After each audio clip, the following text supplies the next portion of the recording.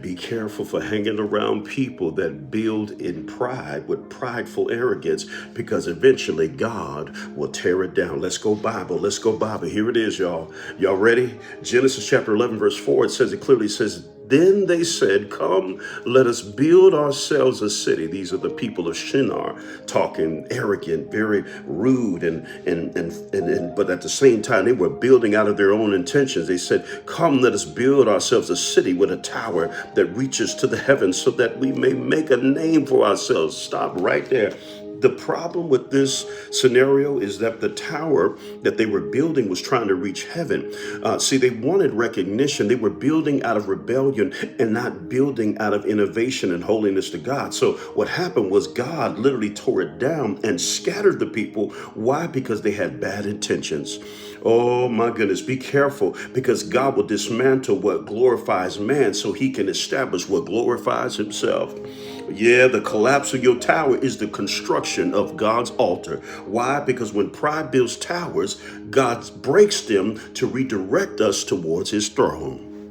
Point number one, prideful unity builds empty towers. If you notice in the text in verse 4, it says, let us make a name. Their unity wasn't holy, it was selfish. What does that teach us? Not every partnership is kingdom. Come on. Some are conspiracies against God and against his will. Point number two, this text teaches us, here it is, that God's interruption is divine protection. Why? Because he wasn't impressed. He was concerned. There's a difference between being impressed and concerned. He was concerned about this pride. And so God said, I ain't going to let this pride go unchecked, because I'm going to handle it right now.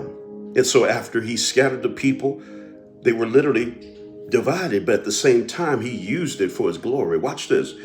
Point number three, this text teaches us that scattering is the setup for multiplication. God scattered them so his original command to fill the earth would be fulfilled. What looks like loss now will look like legacy later. I want to encourage you all that this is going to be the season where God's going to have to break up some stuff to build it back up again.